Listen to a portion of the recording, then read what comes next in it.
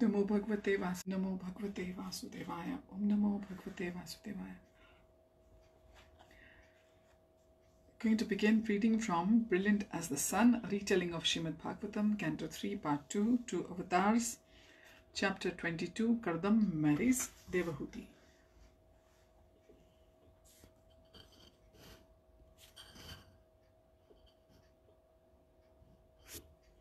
Swambhuva bestows his daughter upon Kardam after she accepts the sage's difficult stipulation. Maitreya describes the unparalleled happiness in Parihasmati, Swambhuva's capital, and the method by which anyone can experience such joy. Verse 1. Swambhuva felt anxious. Would the Brahmin entertain marrying a girl who was born in a Kshatriya family? Still, the sage was surely aware of the symbiotic relationship between the priestly and warrior classes. Taking a deep breath, the emperor began to address Kardam.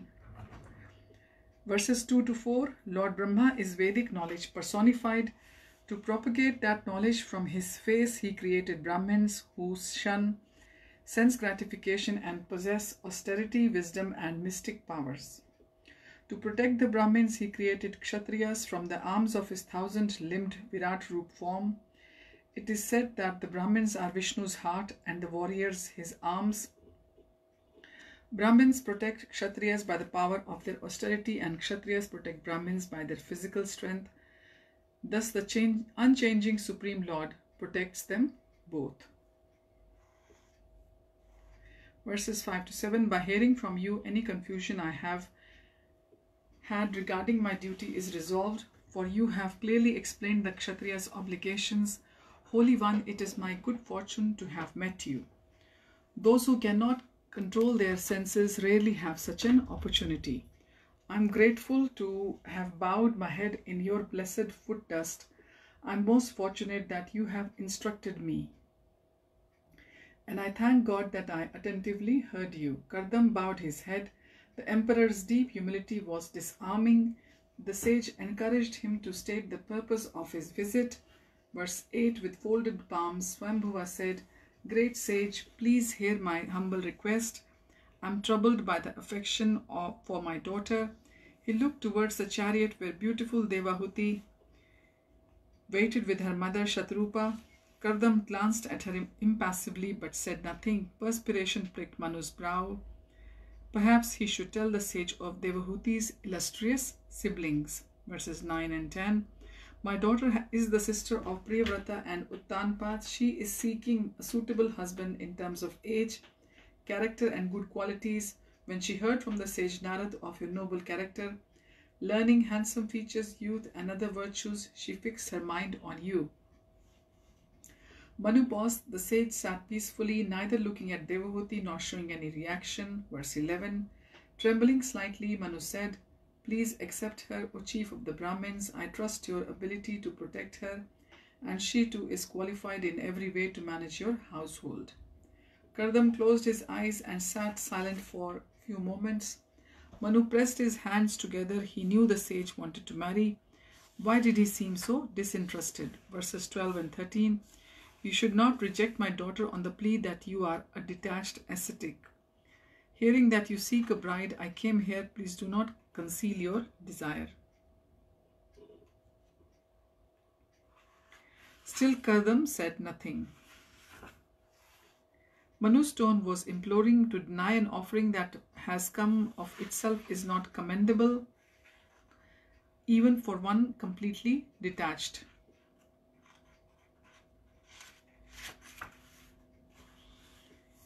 What to speak of someone who desires the offering? The most respectable form of marriage is when the father offers his daughter to a suitable man. It is humbling for a man to beg the father for his daughter. Therefore, now that I am offering you a suitable girl, you should accept her.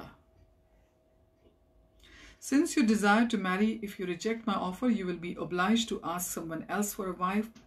They may not be so respectful towards you, and you will be humiliated. How do you know I desire to marry? Verse 14, Manu replied, I have heard this from the Supreme Lord who appeared to me. O wise man, I know that till now you have practiced celibacy, but since you have not made that your lifelong vow, you can accept Devahuti as your wife. Kardam turned towards Devahuti standing by her father's tall steeds, gently stroking their manes with her slender fingers. She chatted with her mother. From time to time she laughed charmingly and threw a fleeting glance in his direction. Kardam admired the sheen of her youthful face framed by curling black tresses. Verse 15. The sage turned back to the emperor. Certainly, I desire to marry, and your daughter has not yet married, nor given her word to anyone. Therefore, our marriage according to the Vedic system can take place. His face broke into a wide smile as he placed a friendly hand on Manu's shoulder. Verse 16. Let your daughter's desire for marriage, which is recognized in the Vedic scriptures, be fulfilled. He looked again at the princess. A baby deer was playing in the nearby bushes, and she was excitedly showing her mother. She ran toward it, her lithe and graceful movements captivating him. Her ankle bells tinkled, and her dark eyes darted here and there, trying to see the deer hidden in the bushes. Kardam sighed.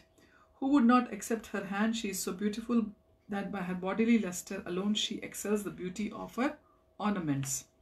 Verse 17 and 18. I have heard that Vishwavasu, the great Gandharva, fell from his airplane after seeing your daughter playing with a ball on the roof of the palace. I can surely understand how he became stupefied, for she is indeed captivating with her tinkling anklets and restless eyes. What wise man would not welcome her, the very ornament of womanhood, the beloved daughter of your good self and sister of Uttanpad?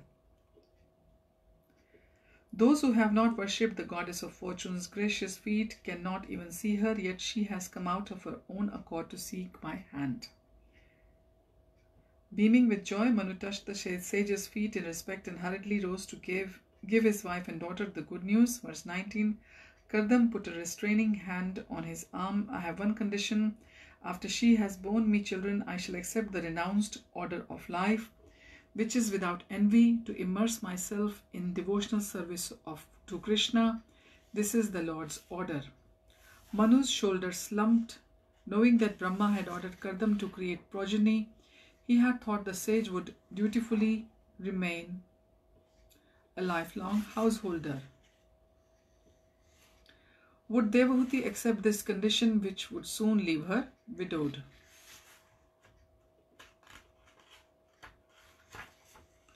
Verse 20. Kardam could see the emperor's discomfiture, but he was determined to attain spiritual perfection. This meant giving up family life at the appropriate time. He looked at the emperor firmly in the eye. My highest authority is the unlimited Supreme Lord, from whom this wonderful creation emanates and in whom its sustenance and dissolution rest. He is the origin of us Prajapatis. Verse 21. Kardam fell silent, thinking of his revered Vishnu, from whose navel grows the cosmic lotus. A serene smile brightened his handsome features. Manu released a long, low sigh. Plainly, Kardam would not change his mind. Rising slowly, he returned to his wife and daughter. Kardam followed him out of the hut and watched from a distance as the emperor explained his terms. Devahuti swayed with shock, her face turning ashen. Her mother's eye grew wide with dismay. The emperor gently pacified him. Devahuti slowly regained her composure. Looking down toward Kardam, she nodded. Her mind was set on him alone. Knowing her desire, Shatarupa also consented. Verse 22. Manu took his daughter by the arm and, accompanied by Shatarupa, escorted her to Kardam, placing her hand in his. Holy sage, I gladly offer you my daughter. Kindly accept her, for her virtues equal yours. Kardam smiled kindly at his new wife. Blushing, she raised her eyes to meet his. Seeing Vidur shiver in the chilly night air, Maitreya stoked the fire in the clear night sky. A spectacular canopy of stars shone down on the two devotees. Glancing up, Vidur could see from their configuration that it was approaching midnight. He marveled at the potency of Krishna's pure devotees. Even hearing about their marriage filled him with sublime happiness. He asked Maitreya what happened after the wedding. Verse 23 to 24, Maitreya said, Queen Shatarupa bestowed as a dowry many gifts such as jewelry, clothes, and household articles. Although relieved that his daughter was married to a suitable man, Swambhuva was grief-stricken at the thought of being separated from her. Seeing her parents ready to depart, Devahuti sorrowfully took their foot dust on her head. Swambhuva raised his daughter and embraced her for a long time. Verse 25, tears continuously ran down his cheeks and he cried out, "My dear daughter." With great effort, the royal couple gradually suppressed their grief. Verse 26, they both touched Kardam's feet and humbly asked the permission to depart. After blessing them, Kardam repeatedly reassured them that they need not worry, for Devahuti attendants assisted the royal couple onto their chariot. As it rumbled slowly along the narrow tracks, Manu and Shatrupa's heart were pacified by the bucolic scenery. They were pleased to see the prosperity of the tranquil ascetics' beautiful hermitages alongside the Saraswati. The river so agreeable to saintly person, they knew their daughter would be happy. Verses 27-28. As the royal retinue approached the Brahmavarta's capital, scouts alerted the royal court. A reception party of ministers, priests, bards, and dancers, surrounded by joyful citizens, hurried to greet their returning lord with songs, prayers, and musical instruments. Vidur was curious to know more about the city. Verses 29 and 231. Maitreya said, "It is named Barihasmati and is very opulent. Manu established it as his capital because Lord Boar shook his body there, and his hair fell to the ground as evergreen kusha and kasha grasses. The sage used these grasses to worship Vara after he defeated Hiranyaksha. Seated on kusha and kasha, Manu daily worshipped Vishnu, knowing the Lord to be the source of his kingly authority. Vidur remembered that Kauravas and Pandavas, like Manu, the Pandavas recognized that their riches, kingdom, good birth, and education were Krishna's gift to be utilized in his service. Thus their kingdom became as good as Vaikunt.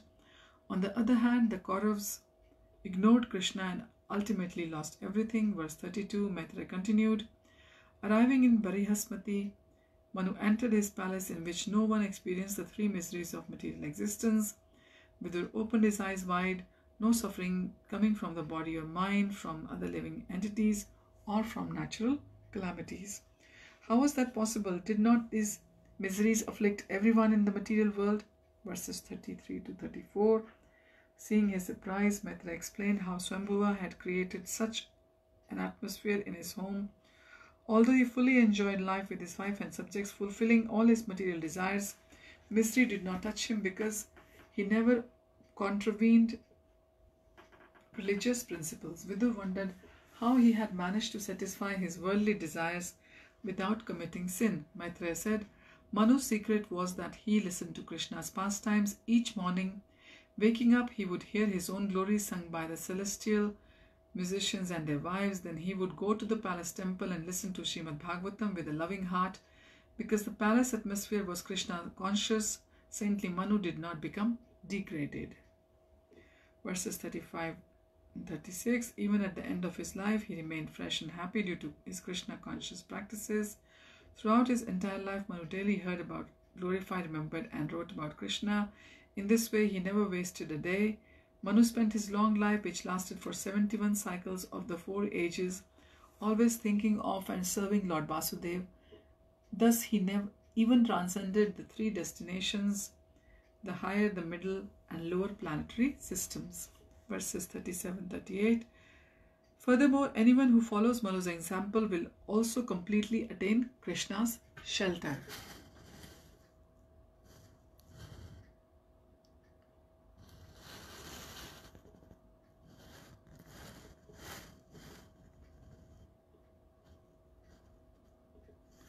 Will attain Krishna's shelter, and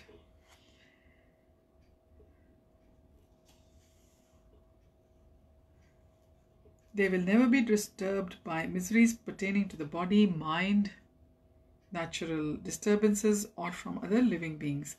Out of compassion, when some sages asked Swambhuva about the secrets of happiness, as well as instructing them about Varnashram Dharma, he also taught these universal sacred duties. Verse 39, the last verse of this chapter. My dear Vidur, I have described to you the wonderful character of Swambhuva Manu. the original king, whose character is certainly worth discussing. I will now tell you how his daughter Devahuti flourished after her parents' departure. So we will continue from chapter 23 next time, Devahuti's lamentation. Thank you for joining. Hari Om Tat Sat and Hare Krishna.